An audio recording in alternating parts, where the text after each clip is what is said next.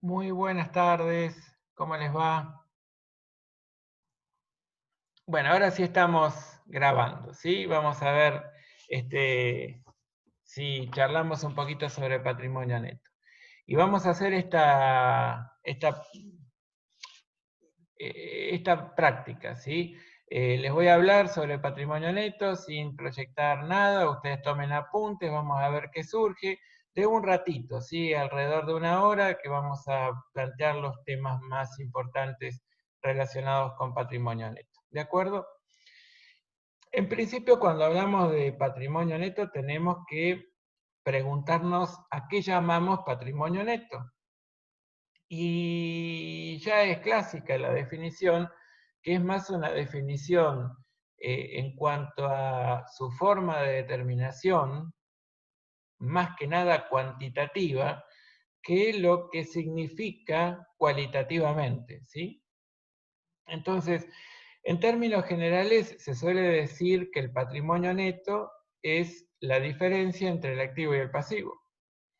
Esa es una definición que tiene que ver con cómo determinar la cuantía del patrimonio neto. Pero qué es patrimonio neto no lo resuelve, claramente no lo resuelve. Por otro lado, se dice que el patrimonio neto es la porción de la inversión total, es decir, la porción del activo, financiada con recursos propios. Y eso me gusta más. ¿Por qué? Porque en realidad tenemos que siempre distinguir a la hora de hablar del patrimonio neto de lo que es el ente como un individuo que contiene o que reúne todas las cualidades propias de una persona. Tiene un nombre, tiene un domicilio, tiene un capital, tiene un objeto, digamos, en cuanto a una razón de su existencia, digamos, y muchas otras cuestiones que tienen que ver con la identificación de que se trata entonces al ente como una persona distinta de inclusive quienes lo o ayudaron a constituirlo, ¿sí? Entonces, eh, decir que el patrimonio neto es una porción, una fuente de financiación permanente de una porción de la inversión total y que representa realmente una fuente genuina y permanente de financiación, es una definición bastante más aceptable. Siempre es importante distinguir que el patrimonio neto es a ver, es una porción que financia en alguna medida la inversión, pero que representa un capital propio de la entidad, más no de los socios o de los asociados, ¿sí? Que conformaron o, digamos, coadyuvaron a constituir originalmente ese capital. ¿Y por qué? Porque el ente es una persona distinta de quienes son sus socios. Y eso es muy importante a la hora de trabajar la contabilidad. Entonces, cuando cuando definimos al patrimonio neto y describimos su estructura, nosotros decimos que hay aportes de los propietarios. Y esa es una porción del patrimonio neto, una porción del capítulo que va a financiar una porción de la inversión total.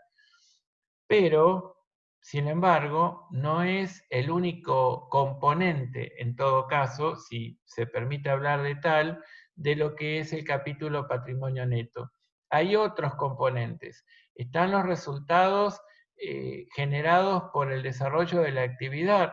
Y fíjense que una de las cualidades que tienen los entes es que se tratan de empresas en marcha, es decir, entes que en algún punto han tenido digamos, una situación fundacional y a partir de allí comenzaron a generar variaciones patrimoniales al desarrollar una cierta actividad económica. y eso generó invariablemente una modificación de la situación de partida. Todas esas modificaciones, todas esas variaciones patrimoniales, modificativas, aumentativas, disminutivas e inclusive las permutativas van generando un cambio de esa estructura, de ese capítulo de financiación que lo llamamos patrimonio neto. Cuando en el artículo primero de la Ley General de Sociedades, que decía antes que habrá sociedad comercial cuando dos o más personas se reúnan, bla, bla, bla, bla, con la última modificación del Código Civil y Comercial de la Nación, cuando se unificaron, ustedes han ya seguramente hablado en otras oportunidades, inclusive en Contabilidad 1, que sabrán que se modificó ese artículo primero para permitir la idea de que exista sociedad de carácter unipersonal, sí que existe una sociedad de carácter unipersonal.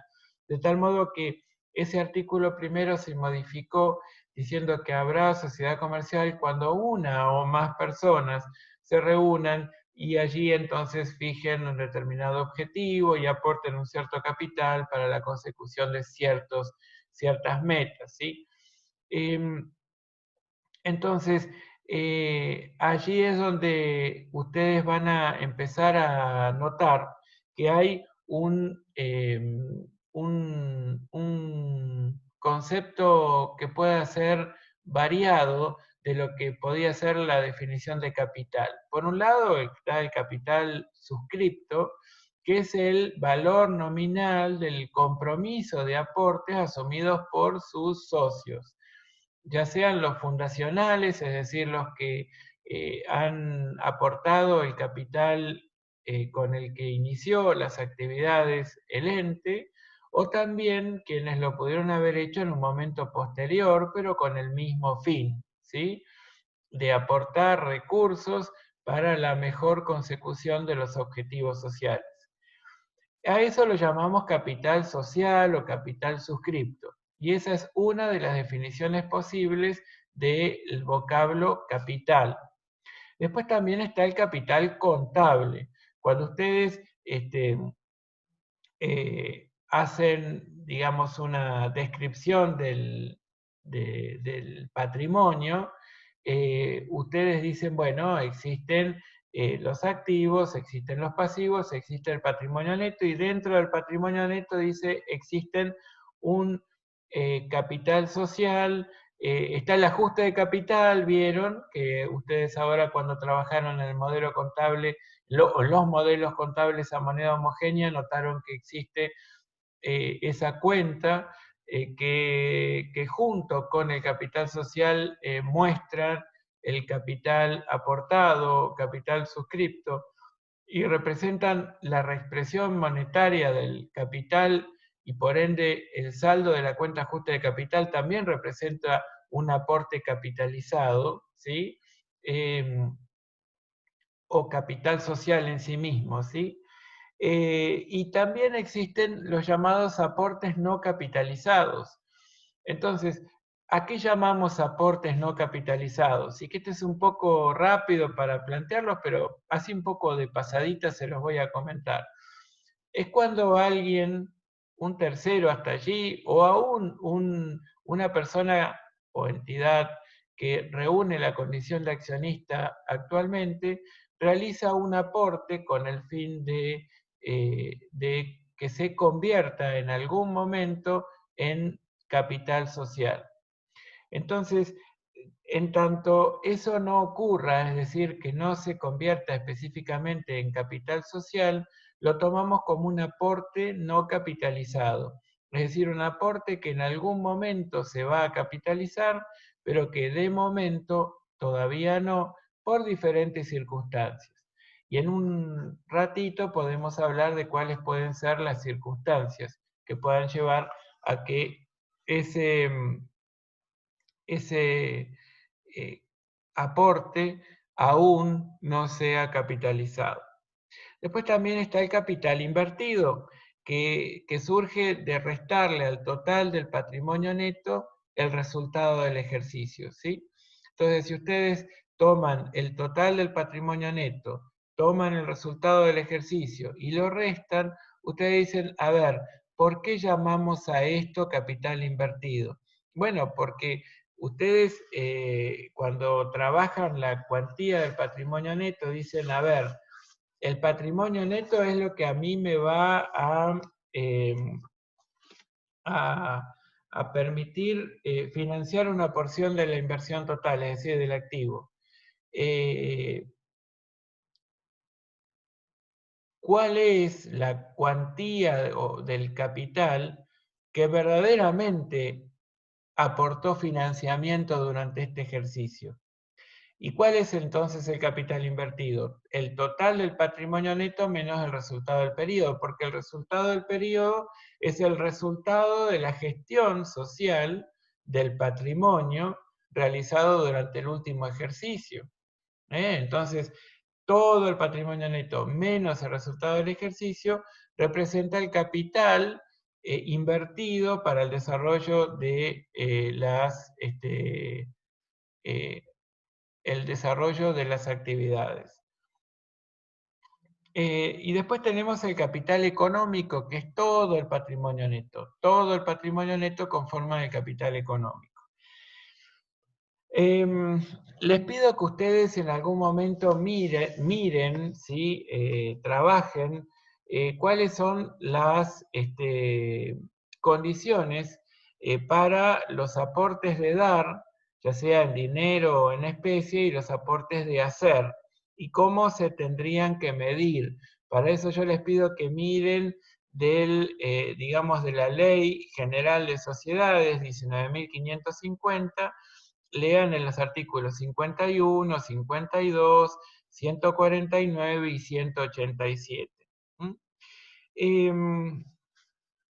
A ver, vieron que, digamos, ustedes cuando trabajaron en Contabilidad 1, los ropajes jurídicos alternativos que cada ente puede adoptar, ustedes advirtieron que existían las llamadas sociedades anónimas. Nicolás, los artículos 51, 52, 149 y 187. ¿Sí? 149 y 187. A ver, les decía que conforme a los distintos ropajes jurídicos que podían tomar, existían las sociedades anónimas, las sociedades de responsabilidad limitada y otras, ¿sí? Entonces yo les quiero comentar, a ver, en una sociedad anónima, por ejemplo, ¿cuál es la porción mínima del capital de una sociedad anónima? Es lo que llamamos acción. Y yo algo de esto les había hablado cuando trabajamos con inversiones transitorias, en donde les había comentado que existen acciones como la porción mínima que conforma el capital de una sociedad por acciones, que aportan a sus titulares derechos políticos y derechos económicos, y que existen acciones, digamos, de diferente tipo, que son las acciones ordinarias o también las acciones preferidas, las acciones ordinarias que aportan plenos derechos políticos y económicos, las acciones preferidas que aportan derechos económicos exclusivos, pero ciertos derechos políticos y no todos, solamente relacionados con el ejercicio de los derechos de los accionistas preferentes, digamos que reúnen esa condición, o de lo contrario, plenos derechos políticos en tanto no se cumpla con el ejercicio de los derechos económicos que puntualmente le corresponden a este tipo de accionistas, ¿sí? Y que además hay una ley que es la número 24.587, se los anoto, 24.587, acá para todos, 24.587, y aquí le voy a poner ley.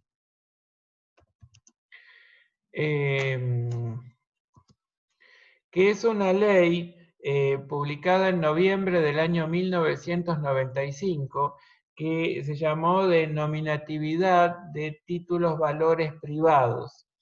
Esa es una ley que de algún modo desnaturalizó lo que sería la característica principal que le daba nombre a las llamadas sociedades anónimas, ¿sí? Las sociedades anónimas, en cuanto, digamos que de esto ya lo hablamos, por eso es que lo paso un poco rápido. Ustedes, en cuanto al modo de transmisión de las acciones, tienen tres alternativas: que las acciones sean emitidas al portador, que las acciones sean emitidas con el carácter de nominativas endosables y nominativas no endosables. Si fueran acciones al portador, la tenencia de la acción acredita ser titular de ella, y no hay absolutamente nada más que demostrar. Simplemente el tener el cartón representativo del título valor, ¿sí?, de la porción del capital que ese título represente, ya les da a ustedes la tranquilidad de que sea oponible a terceros esa tenencia, y poder ejercer a través de ellos todos los derechos políticos y económicos que correspondan a esa clase de acciones. Bien, ustedes en este caso, cuando salió esta ley de nominatividad de títulos valores privados, les decía que de algún modo se desnaturalizó las sociedades anónimas, por cuanto todas las acciones que habían sido emitidas con carácter de acciones al portador, es decir, que para transmitirlas simplemente tenía que entregarlas, y al nuevo portador le bastaba para acreditar su condición de accionista, se perdió el anonimato de quién es el dueño de cada título valor. Las sociedades emitían originalmente una determinada cantidad de títulos valores representativos del capital social, y luego se perdía digamos, el rastro, de alguna manera, de quién era el titular de esas acciones, hasta que se convocara una asamblea para cuya participación el accionista debía depositar sus acciones y demostrar así que tenía la calidad de accionista y que en consecuencia podía ejercer sus derechos de voz y voto en las asambleas sociales, ¿sí? Entonces, la verdad es que la ley de nominatividad de acciones lo que pretendió era evitar que, bajo la figura del anonimato en cuanto a la tenencia de capital, se produjeran algún tipo de fraude o de evasión fiscal, o de, digamos, alguna consecuencia negativa para el Estado o para la propia entidad. Y entonces se definió que todas las acciones, es decir, todas las porciones mínimas del capital en que se divide el capital de una sociedad por acciones, deban ser emitidos con carácter de nominativas no endosables. Es decir, de las otras dos alternativas que quedaban en cuanto a la forma de transmisión, de transferencia de la titularidad de dominio, teníamos las nominativas endosables, en donde con un simple endoso, es decir, como cuando ustedes tienen un cheque que al dorso apuntan no solamente estampan su firma, sino anotan sus datos fundamentales en función de las circulares del Banco Central de la República Argentina, y de esa forma, digamos, le indican o transfieren los derechos que sobre ese cheque pueda tener el portador, que es cobrarlo en el momento en que deba. Bueno, en el caso de las acciones, la transmisión de las acciones se hacía del mismo modo, por un simple endoso. Y esas serán las acciones nominativas endosables, donde figuraba el nombre del titular de la acción, pero con un simple endoso al dorso del cartón representativo de la acción, se podía transmitir la titularidad, transferir la titularidad. Bueno, las nominativas no endosables, para que el endoso, digamos, para que la transmisión se torne oponible a terceros, requería no solo de una suerte de convenio de transmisión de acciones entre comprador y vendedor, sino también de una comunicación fehaciente a la sociedad emisora, quien tiene que apuntar en su registro de acciones, que es uno de los libros societarios que obligatoriamente una sociedad por acciones debe llevar, en el que pueden o deben apuntar la transferencia de titularidad de dominio de esos títulos valores, ¿sí? Títulos, valores privados. Y bueno, en consecuencia era o imponía de algún modo una traba mayor en lo que era la transmisión de las acciones y una obligatoriedad de tener identificados en todo momento quiénes son los titulares de dominio de cada porción mínima en que se divide el capital de esas sociedades por acciones. Bien, esas acciones originalmente son puestas en circulación por las entidades, quienes se hacen del capital social que suscriben e integran los distintos socios fundadores, ¿sí? Y normalmente lo hacen a la par, es decir, por el valor nominal escrito en cada uno de esos títulos valores privados. También, en algunos momentos de la vida de la entidad, puede surgir la necesidad de eh, necesitarse más recursos para encarar una nueva actividad, para implementar cambios en la actividad que se está desarrollando, en fin, para muchos fines distintos. Entonces, cuando esa necesidad surge, las entidades pueden emitir más acciones representativas del capital social para que eh, los distintos terceros ajenos al ente, ya sea que tengan una suerte de condición de accionista preexistente a esta nueva emisión o no, puedan suscribir las nuevas acciones. Y entonces cuando lo hacen y la empresa ya está en marcha, es decir, el ente ya generó variaciones patrimoniales producto de la gestión del negocio social, bueno, lo que ha pasado es que cada porción de capital va a tener un valor nominal, que es el valor escrito en el título valor, pero también va a tener otro valor que va a ser el valor patrimonial, que es el que surge de dividir el patrimonio neto por el total de acciones representativas del 100% del capital social.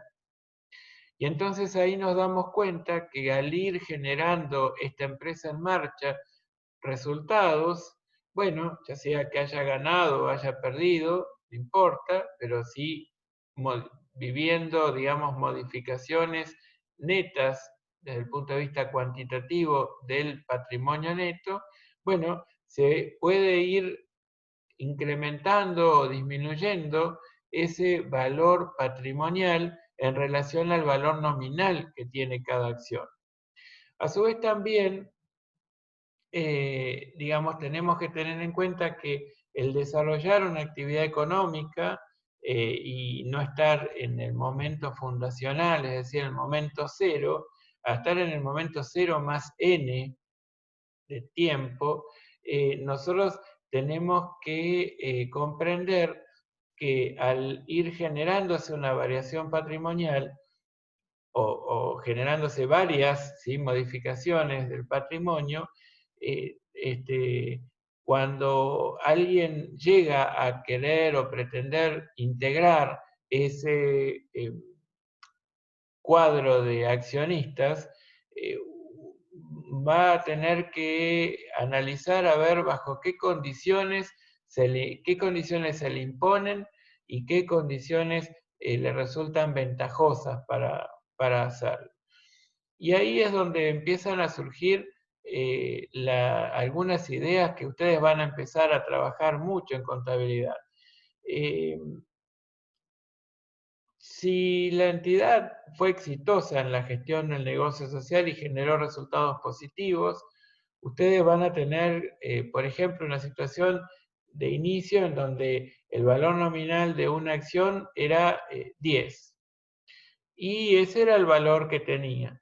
Pero producto del desarrollo de la actividad, cuando dividen el total del patrimonio neto, que ya incluye resultados, por el total de acciones representativas del capital social, ustedes llegan a que el valor patrimonial es 12. Entonces ustedes se pueden preguntar, a ver, si incorporásemos accionistas y les pidiésemos que suscriban, no sé, 2.000 nuevas acciones, ¿no? Y que decidamos aumentar el capital social en 2.000 nuevas acciones, cuyo valor nominal es 10 pesos. Y les decimos, bueno, aporten, ya que todos aportaron 10 pesos en el momento fundacional, aporten ustedes también 10 pesos. Cuando recalculemos el valor patrimonial, aún al mismo momento en que cada uno de los nuevos accionistas aportó los 10 pesos, automáticamente se pueden dar cuenta que va a aumentar la cuantía del patrimonio neto en esos 2.000 por 10, ¿sí? Pero digamos, el total de acciones también se va a modificar, ¿no? Se va a incrementar el total del patrimonio neto en 20.000 pesos, pero también se va a incrementar el total de acciones representativas del capital social, ¿sí? En 2.000 acciones. Y ustedes cuando dividen el total del patrimonio neto por el total de acciones representativas del capital, se van a dar cuenta que el valor patrimonial disminuyó por acción, ¿sí? Pero fue siempre superior al valor nominal. Entonces, yo les había dicho que si hasta la nueva emisión, el valor nominal era 10 y el valor patrimonial era 12. ¿Por qué? Porque se había logrado generar resultados netos a razón de 2 pesos por acción. ¿De acuerdo? Ahora, con la incorporación de nuevas acciones, digamos de nuevo capital social, con una nueva suscripción a valor nominal, ustedes se dan cuenta que hay una variación en el numerador, es decir, hay una variación en 20.000 pesos en lo que es el total del patrimonio neto, pero también hay una variación en el denominador en 2.000 acciones porque se suscribieron 2.000 nuevas acciones. Fantástico. Ahora bien, ustedes piensan que esta cuenta les va a dar más que 12, menos que 12, más que 10, 10, ¿cuál va a ser el resultado?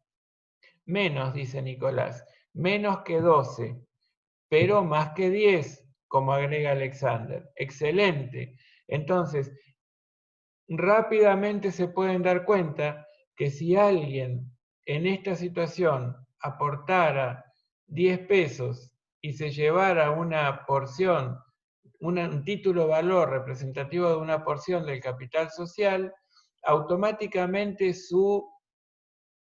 el valor patrimonial de su inversión, tomando individualmente cada acción, va a tener un valor superior al valor nominal, pero inferior en términos patrimoniales del que tenían hasta su incursión como accionista.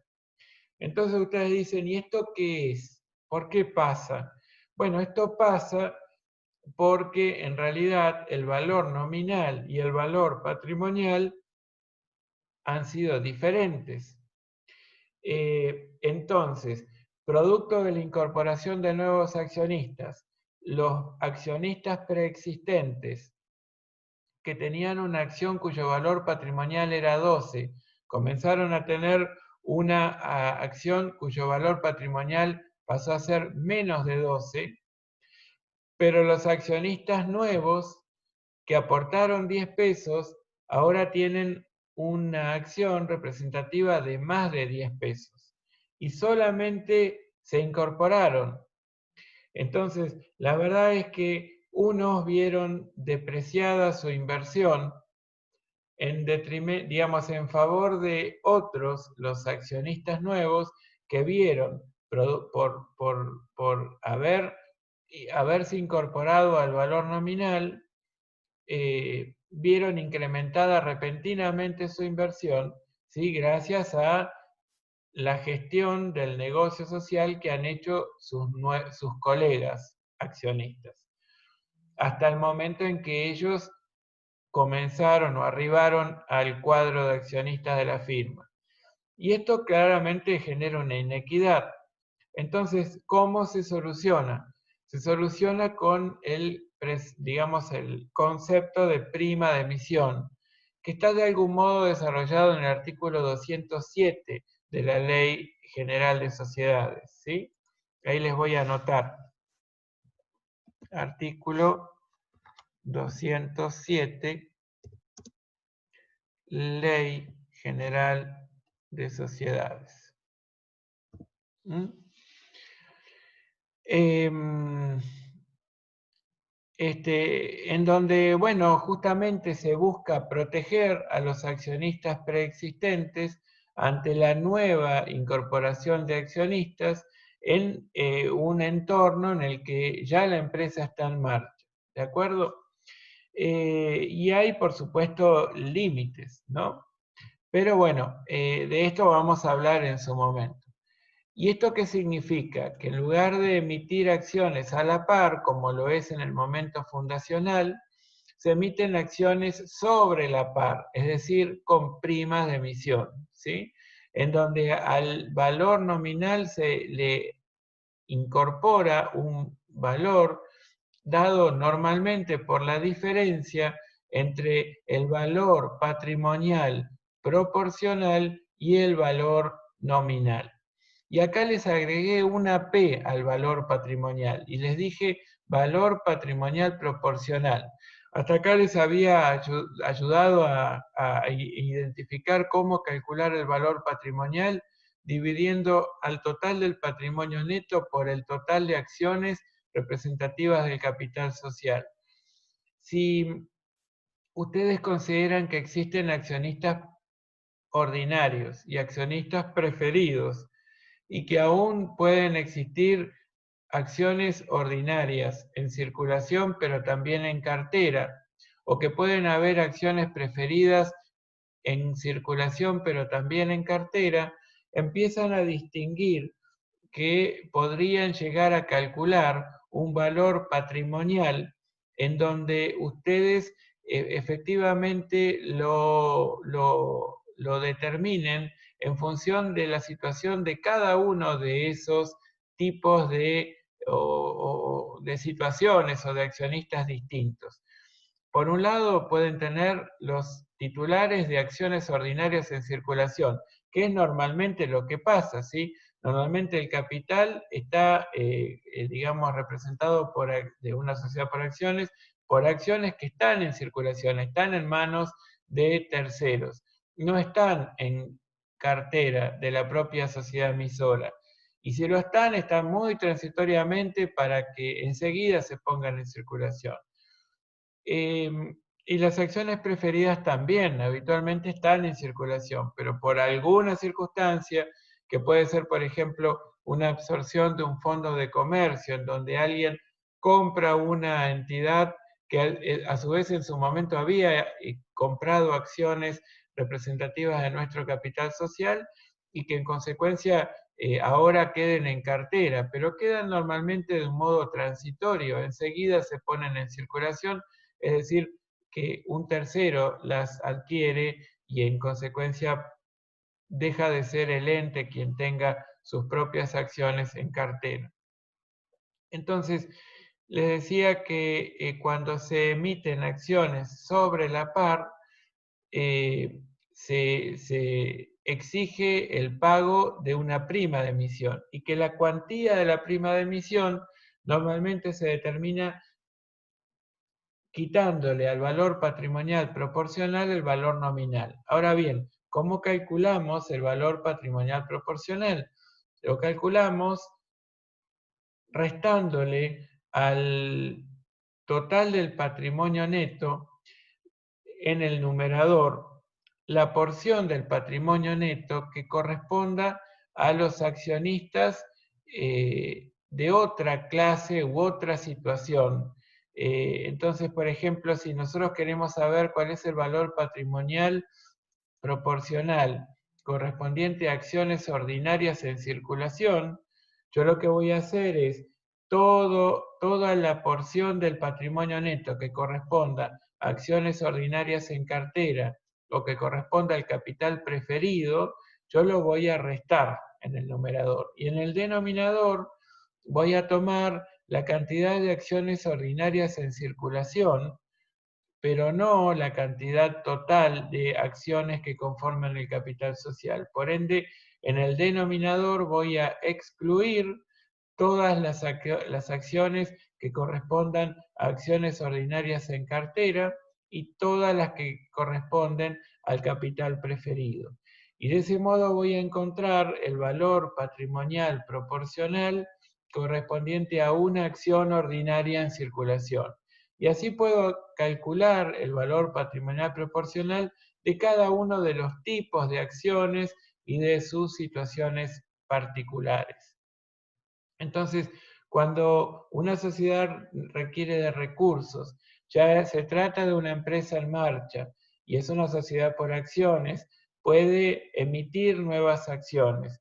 ¿Y cuál va a ser el valor que va a exigir?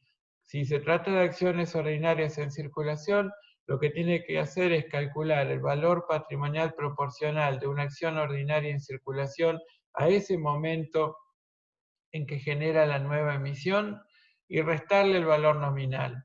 Entonces, cada nuevo accionista o cada accionista que suscriba parte de la nueva emisión va a tener que pagar un monto equivalente al del valor patrimonial proporcional a ese momento para ese tipo de acciones. Y ahí es donde se nota que va a emitir acciones sobre la par habitualmente, ¿sí? Y a esa diferencia entre el valor de suscripción e integración y el valor nominal lo llamamos prima de emisión. Después igualmente esto lo volvemos a ver y lo vamos a trabajar con casos para que esto quede bien claro. También existe el descuento de emisión, que esto lo voy a dejar nomás señalado y les voy a pedir que ustedes lo revisen. El descuento de emisión es cuando pasa exactamente lo contrario, es decir, alguien va a suscribir una acción cuyo valor nominal es de 1 peso y su valor patrimonial proporcional es de 80 centavos. Entonces, ¿qué pasa? Que, digamos, y su valor digamos, de suscripción e integración va a ser de 80 centavos. Entonces uno dice, ay, a ver, ¿por qué este descuento de emisión? ¿Por qué restamos 20 centavos respecto del valor nominal?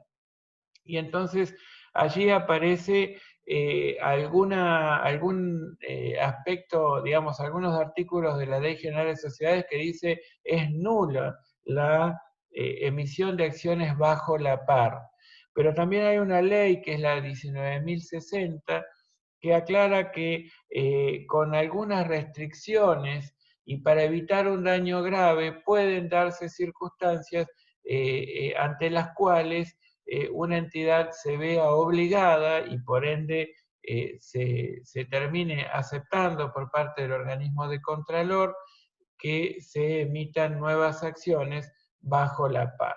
Esto es algo que lo vamos a ver un poquito más adelante y en detalle porque realmente es muy, muy significativo, ¿sí? Entonces les decía que cuando una sociedad requiere de más capital para financiar la inversión total, puede recurrir a nuevas suscripciones de capital. Y también puede ocurrir que en algún momento de la vida de la entidad deba, por dos circunstancias, reducir el capital. Por un lado, puede darse una reducción voluntaria por cuanto entienda la entidad que está sobredimensionado su capital. ¿Sobredimensionado por qué? Sobredimensionado porque tal vez discontinuó una línea de producción, se fue de algún negocio, ¿sí? Quiso salir de un negocio que formaba parte de su estructura de actividad económica y concentrarse más en otro, y que en consecuencia advierta que una porción del capital está ociosa y por ende sobredimensionado respecto de las actividades existentes después de esa decisión tomada y ejecutada, y que en consecuencia lo más sano es reducir el capital social. Cuando eso se da, los accionistas devuelven las acciones, se las pagan de una manera, por sorteo, por licitación, por encima o por debajo de la par, y eso lo vamos a ver, pero recurren a lo que son digamos, los artículos 203 y 204, sí, 203 y 204 de la Ley General de Sociedades, ¿sí? Bueno, y cuando la reducción no es por estas cuestiones, en donde sí podemos hablar de una reducción efectiva real, en donde se modifica la cuantía del patrimonio neto, sino que se da una reducción nominal o contable. ¿Por qué? Porque hay una necesidad manifiesta de absorber un quebranto que se fue acumulando y que en consecuencia yo tengo que de algún modo mostrar que esa cuenta de resultados no asignados, que tiene saldo deudor y debería tener saldo acreedor, porque normalmente las entidades, ya sea tengan fines de lucro o no, necesitan de un resultado positivo para el mejor cumplimiento de sus fines. Bueno, estoy ante la situación de decidir o de estar obligado a reducir el capital. Y allí es donde aparecen, digamos, el Instituto de la Reducción del Capital con los artículos 205 y 206 de la Ley General de Sociedades, ¿sí? Bien, y aquí hablamos de una reducción voluntaria u obligatoria, ¿no? Voluntaria, artículo 220, inciso 1, obligatoria, artículo 206, ¿sí? Cuando el resultado o los quebrantos acumulados absorben el total de las reservas libres, el total de las ganancias, del resto de las ganancias reservadas y hasta el 50% del capital. Bueno, otro aspecto que les quería comentar, y esto es como un conjunto de ideas que tiene que ver con el patrimonio neto, es el derecho de suscripción preferente y el derecho de acrecer. Hay un resguardo, digamos, una protección que la Ley General de Sociedades realiza en favor de los accionistas preexistentes a una nueva emisión de acciones, en función del cual les otorga un derecho de suscripción preferente, ¿sí? Es decir, cada uno, en la proporción de sus tenencias accionarias, puede hacer una suscripción en forma preferente a cualquier tercero ajeno al cuadro de accionistas preexistentes respecto de la nueva emisión de capital social. Entonces, ese derecho de suscripción preferente permite que cada accionista, si Juan tenía el 50% de las acciones del capital social, Pedro tenía el 25% y no sé, Victoria tenía el 25%, bueno, ante una nueva emisión, cada uno va a suscribir respecto de la nueva emisión en la misma proporción que tenía hasta allí. Juan al 50, Pedro al 25, Victoria al 25. ¿De acuerdo? Ahora, ¿qué pasa si Juan no quiere suscribir en forma preferente esa nueva emisión? Porque no quiere, porque no puede, por las distintas circunstancias que pudieron haber llevado a Juan a tomar esa decisión. La Ley General de Sociedades, a través del artículo 194, también otorga un derecho adicional, ¿sí?, que se ejerce después de ejercer el derecho de suscripción preferente, y que es el derecho que se llama de acrecer, es decir, de suscribir en forma preferente aquellas acciones que no se han suscrito en el turno del ejercicio del derecho de suscripción preferente, ¿sí? Entonces, quienes no ejercieron su derecho de suscripción preferente, le dejan esa cantidad de acciones libres en condición de que sean preferentemente suscriptas en forma proporcional por los accionistas que lo deseen. Y esto es algo muy importante porque lo que se pretende proteger es el ingreso de cualquier accionista tercero ajeno al cuadro accionistas, sin darle antes la posibilidad a que quienes reúnen la condición actualmente de accionistas puedan aportar ese mayor capital. Bueno, a ver, ¿qué otros temas me interesa recuperar hoy en este gran paneo de cuestiones vinculadas con patrimonio neto? La otra porción que cualquier estado de evolución del patrimonio neto les muestra, que es el gran capítulo de ganancias reservadas. Ustedes saben que cuando se genera un resultado neto, ese resultado neto surge de haber saldado todas las cuentas de resultado y alimentado la cuenta patrimonial del patrimonio neto resultado del ejercicio.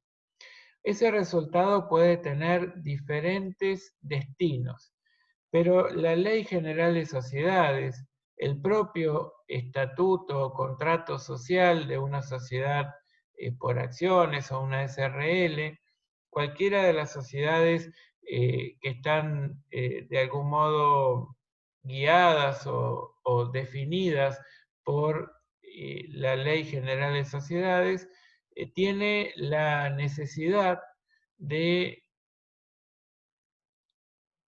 afectar transitoriamente una porción de esos resultados positivos obtenidos a la constitución de reservas. Las reservas constituyen, digamos, afectaciones de una porción de esas ganancias obtenidas, esas ganancias netas, con fines determinados y respondiendo a orígenes bien distintos. Por un lado, existe la reserva legal. El artículo 70 de la Ley General de Sociedades dice que cada vez que se obtiene una ganancia neta en un ejercicio, tiene que afectarse a la constitución de una reserva legal no menos del 5% de ese resultado hasta alcanzar el 20% del capital social. Entonces, con el espíritu de reforzar el capital social, que es garantía para los acreedores, y que también es un refuerzo de fuentes de financiación para la inversión total para la propia entidad, se determina que no haya una distribución de resultados, al menos hasta que se cubra esa porción que fue definida como techo de lo que se puede imputar a reserva legal y que es el 20% del capital social. ¿De qué capital social? ¿Del capital social en moneda homogénea o del capital social en moneda nominal? Y en realidad, tendiendo al espíritu del legislador, doctrinariamente se ha comprendido que debería tomarse como techo el 20% del capital en moneda homogénea, ¿sí? En un entorno de un modelo contable en donde se homogeneiza unidad de medida, bueno, pues habría que tomar como techo el 20% del capital social en moneda homogénea. Y alguien dice, y entonces un aporte no capitalizado también debería sumarse para determinar ese techo del 20% del capital social más los aportes no capitalizados. Bueno, y aquí la biblioteca comienza a dividirse y hay una porción mayoritaria que dice, sí, solo sí, ese aporte no capitalizado, existen serias razones para prever que se va a sumar al capital social, es decir, a los aportes capitalizados, en muy breve tiempo, y que solo es una cuestión de tiempo o digamos, de finalización de ciertos trámites ante la autoridad de Contralor, pero que virtualmente se puede considerar que es capital social. Entonces, en ese caso también podría integrar la base de cálculo para determinar ese techo a afectar de los resultados económicos positivos obtenidos con destino a reserva legal. Más o menos un mecanismo similar puede prever cada contrato social, indicando a la sociedad que cuando se obtengan resultados positivos, una porción de esos resultados deberían alimentar la reserva estatutaria, ¿sí? La reserva que se llama reserva estatutaria o reserva definida como obligatoria por parte del contrato social o derivado del contrato social. Y después están las reservas facultativas, que son las reservas que cualquier órgano de gobierno, ya sea digamos, la asamblea ordinaria en una sociedad por acciones o la reunión de socios en una SRL, puede definir como necesaria de constituir. ¿Y qué significa el crear una reserva? Crear una reserva indudablemente significa afectar una porción del resultado positivo neto obtenido con un fin determinado. Cuando hablamos de reserva legal, con el fin de fortalecer el capital social como fuente de financiación de la inversión total, y también ofrecer una garantía adicional a los acreedores. Y suponer que este fortalecimiento va a permitir obtener unos mejores resultados económicos futuros. Cuando se destina a reserva estatutaria, bueno, con el fin claramente definido en el estatuto. Y después cuando se afecta una reserva facultativa, esto importa una afectación transitoria de resultados positivos a un fin determinado, pero no necesariamente la existencia de una reserva de carácter financiera que respalde a esta reserva que tiene un carácter netamente económico, ¿sí? Tanto la reserva legal como estatutaria como facultativas son reservas de carácter o de corte económico, no necesariamente financiero. No es que hay una cajita con el dinero correspondiente a esa reserva. ¿Y cuáles pueden ser los ejemplos de reservas facultativas? Bueno, hay varios, pero algunos típicos pueden ser el crear una reserva para nivelación de dividendos. ¿Por qué?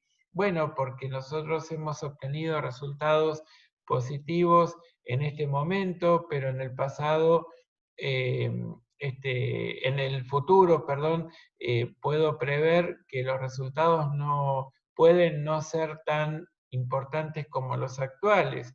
Y entonces, decaer notoriamente la distribución de dividendos, es decir, la distribución de resultados positivos obtenidos que se distribuyan en proporción a las tenencias de cada uno de los accionistas, estos pueden llegar a perder fuerza o interés en mantener esa inversión y tal vez puedan afectarse, digamos, los negocios sociales por la falta de interés en el negocio social por parte de los titulares de cada una de esas acciones. Entonces se entiende que afectando, ahora que estamos obteniendo un resultado positivo interesante, afectando una porción de ese resultado a la constitución de esta reserva, vamos a contar con los recursos suficientes y no porque estén en una cajita,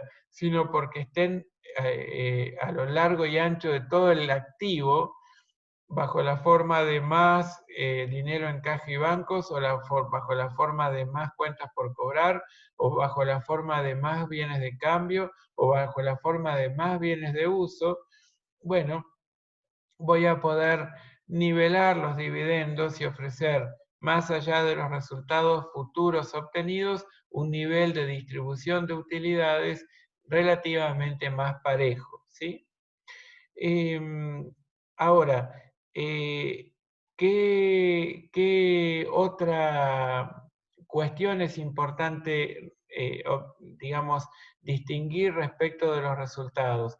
Que además de estas ganancias reservadas con estos tres fines puntuales, y por ejemplo, bueno, otro ejemplo de reserva facultativa puede ser la reserva para renovación de una maquinaria o de cualquier bien de uso, que uno diga, bueno, ese bien de uso yo necesito reemplazarlo porque ya estamos llegando al fin de su vida útil económica y en consecuencia afecto transitoriamente fondos, digamos, una porción del resultado lo evito distribuir para nutrir esta reserva de tal modo que le dé un sustento económico a reemplazo de bienes.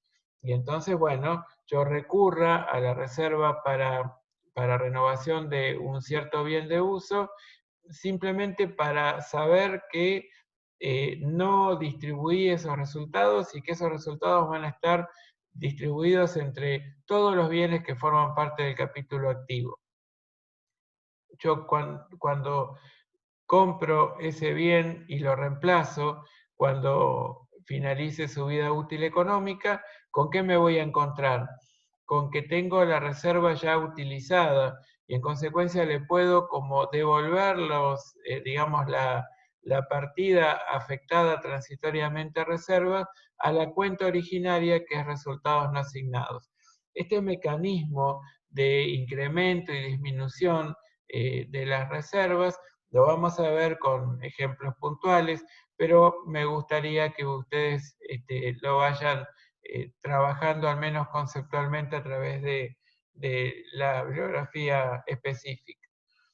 Y bueno, y después también aparece otra columna de resultados diferidos a la que yo ya les hice referencia cuando trabajamos el modelo de revaluación, en donde afectábamos el saldo por revaluación a esa columna de resultados diferidos, que yo les había comentado que el saldo por revaluación, que representa un resultado por tenencia positivo, que surge al comparar el valor razonable con el valor residual contable, determinado hasta allí por el modelo de costo, se decide su, digamos, reconocimiento, no en el estado de resultados, sino en el estado de evolución del patrimonio neto para evitar cualquier posibilidad de distribución de resultados que tal vez pongan en peligro la propia empresa en marcha, ¿sí? Porque después de todo no es más que un mayor valor de un bien que necesito para el desarrollo de la actividad habitual y principal de la entidad. Entonces lo afecto a esa columna, que me gustaría que vean cuáles son las definiciones de los ejemplos que puedan formar parte de ellas, y aquí tenemos solo uno, para cuando debamos trabajarlo en los próximos días. Bueno, y después hay muchas otras cuestiones relacionadas con los aportes, como por ejemplo el carácter de aportes irrevocables a cuenta de futura emisión de acciones y demás que lo vamos a ir trabajando en el futuro. Justamente yo les decía que para mañana van a trabajar los casos 1, 2 y 3, y para pasado los casos 6, 7 y 8, ¿sí? Y después el lunes no vamos a tener clases porque es feriado, según el calendario académico, por, digamos, en conmemoración de Martín Miguel de Güemes. Y el martes vamos a trabajar con los casos 4 y 5 de patrimonio neto. Después 9 y 10, y el jueves vamos a trabajar con la guía completa de resultados. Después vemos qué hacemos con el parcial, si lo vamos a tomar el mismo viernes, tal vez yo les pueda ofrecer una clase de revisión anterior, y ahí lo vamos viendo. Pero digamos que no hay mayor apuro porque todavía tenemos tiempo para tomarlo un poquitito más adelante. ¿De acuerdo? Bueno, ¿alguna consulta, alguna reflexión, algo más que quieran decir? Si no, vamos a dar por finalizado. Bueno, ¿qué viernes sería el recuperatorio? Bueno, el viernes 19 de junio, en teoría. Vamos a ver si es ese día o si lo tomamos en otro momento. En el momento en que acordemos todos los que tienen que rendir el recuperatorio, o los que van a tener que rendir el recuperatorio final, no hay problema, no hay apuro. Lo único importante es que aprendamos y que podamos rendir bien, ¿sí? Bueno, muy bien. ¿El segundo parcial cuándo se toma? Claro, para el segundo parcial ustedes pueden consultar el cronograma que forma parte de las normas de cátedra y allí está establecido, pero va a ser después del receso, en agosto, en donde van a entrar todo el capítulo pasivo, el capítulo patrimonio neto, las inversiones permanentes como temas centrales, ¿sí? Y después puede haber alguna pregunta de activos intangibles, pero como va a ser un tema que lo vamos a trabajar en el taller, no nos va a ocupar en el segundo parcial. Sí, pero es bastante más adelante, claro. No. No era el viernes que viene, es el otro, ¿sí? Falta bastantito. Bueno. Bueno, muy bien. Les mando un abrazo a todos y cada uno, y descansen, ¿sí? Y estudien. Eso es una dupla virtuosa. Bueno, un abrazo, gracias. Hasta pronto.